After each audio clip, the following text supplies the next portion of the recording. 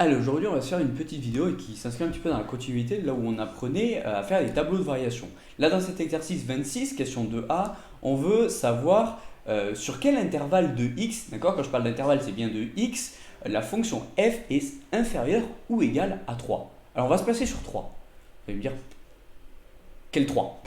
Alors, f de x, c'est toujours les ordonnées, x, c'est toujours les abscisses, d'accord? Je vous l'ai marqué là en haut du graphique, f de x, c'est les ordonnées. Donc, quand on va se placer sur 3, ce que je vous conseille, c'est de prendre votre règle et vous placer sur 3. Hop, donc mon trait rouge là symbolise votre règle, d'accord? Vous placez sur 3 et vous essayez de regarder en fait sur quel intervalle la fonction est en dessous ou est égale à 3. Et bien si on regarde f, bah, elle est tout le temps en dessous. Tout le temps. Jamais elle passe au-dessus de notre règle. Du coup, qu'est-ce qu'on va écrire? Ben, f de x est inférieur ou égal à 3 pour tout x appartient à l'intervalle moins l'infini plus l'infini, soit r. Directement, on peut écrire r. Ok? R l'ensemble des règles. On fait un autre exemple. F de x est supérieur strictement cette fois-ci à 0. Bon, ben, on reprend notre règle. On se place cette fois-ci sur 0, parce qu'au final, je vais placer sur les abscisses. Et on voit maintenant sur quel intervalle la fonction est au-dessus strictement de 0.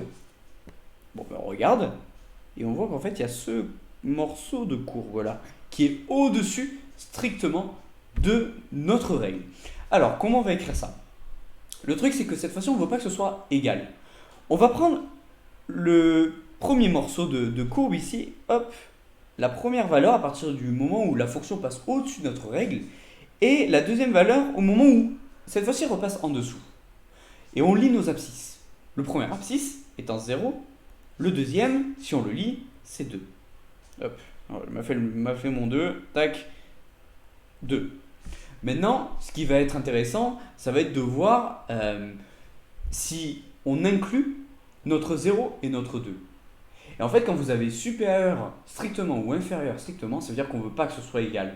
D'accord? Donc on veut toutes les valeurs qui montrent que notre fonction est bien au-dessus de 0. C'est-à-dire que si je prends x est égal à 0 ou x est égal à 2, comme j'ai mis là dans mon intervalle, la fonction est égale pile à 0. Mais on ne veut pas qu'elle soit égale à 0. On veut toutes les valeurs qui sont au-dessus. Donc, on va exclure nos valeurs en ouvrant nos crochets. Si vous avez des questions, n'hésitez pas, encore une fois, sur WhatsApp, Instagram, il n'y a pas de souci, j'y répondrai.